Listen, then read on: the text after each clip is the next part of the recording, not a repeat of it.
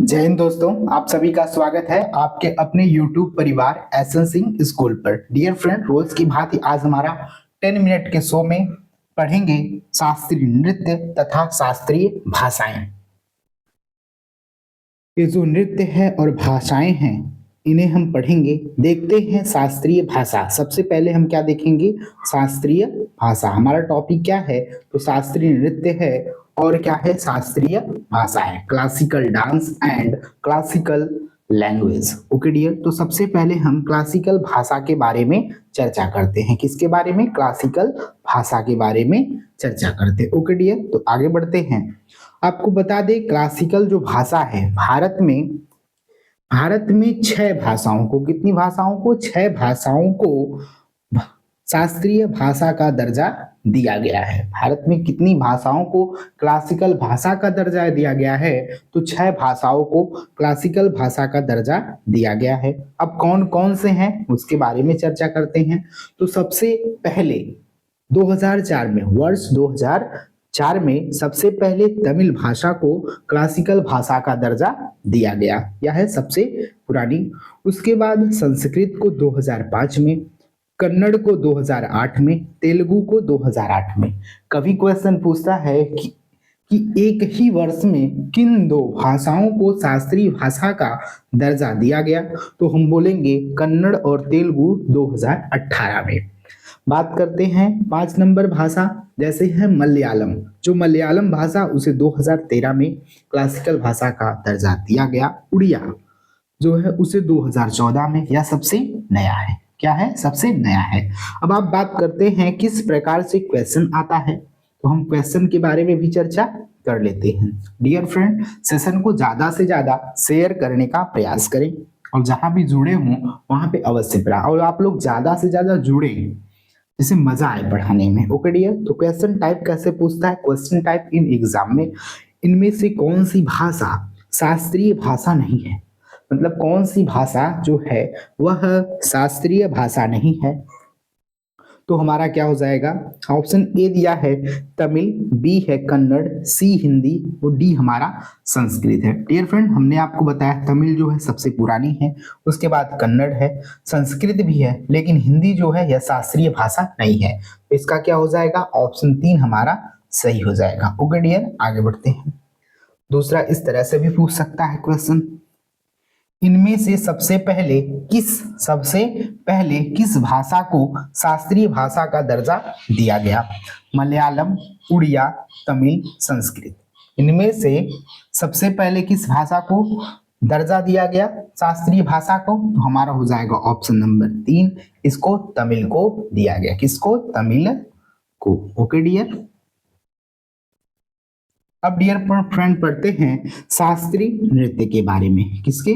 शास्त्रीय नृत्य के बारे में पढ़ते हैं। पहले थोड़ा सा इसके बारे में जानकारी लेते हैं कि यह कहाँ से लिया गया है, किस वेद से है, इसमें कितने हैं डांसेस हैं, किसके द्वारा कितना माना गया है, उसके बारे में थोड़ा थोड़ा जानकारी लेते हैं पहले।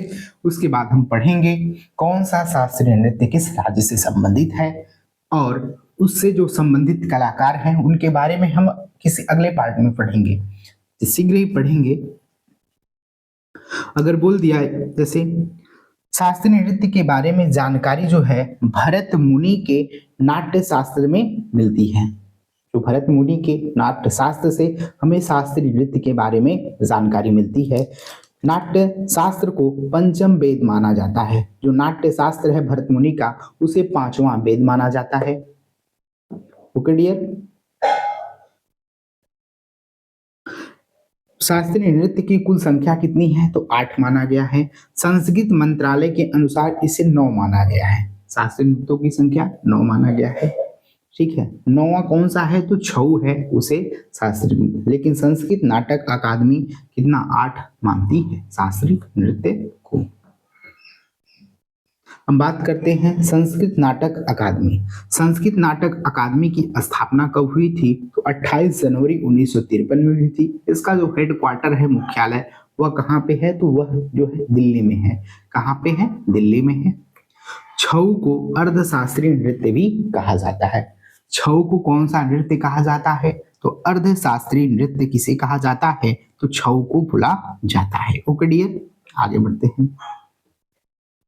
अब पढ़ते हैं संबंधित राज्य और कलाकार। सॉरी, संबंधित राज्य किससे है? शास्त्रीय नृत्य से है। डियर फ्रेंड, आप सेशन को ज्यादा से ज्यादा शेयर करिए। एक तरफ हम पढ़ेंगे शास्त्रीय नृत्य और दूसरी तरफ पढ़ेंगे संबंधित राज्य हैं।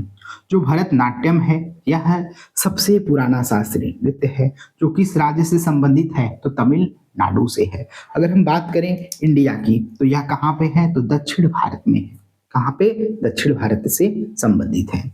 इसी प्रकार डियर फ्रेंड, जैसे है उड़ीसा।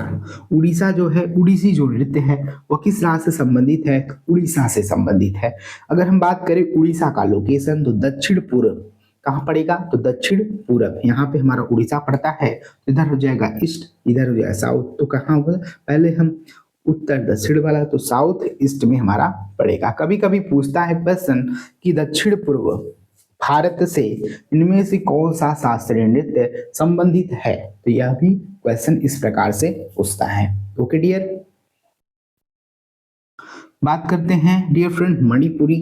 मणिपुरी किससे संबंधित है? तो मणिपुर से। यह पूर्वोत्तर भारत का नृत्य है। पूर्वोत्तर भारत जो हमारा असम हुआ, भारत के एकदम देख लीजिए इस तरफ जो है अरुणाचल प्रदेश, इन्हीं को बोलते हैं पूर्वोत्तर भारत। Okay right.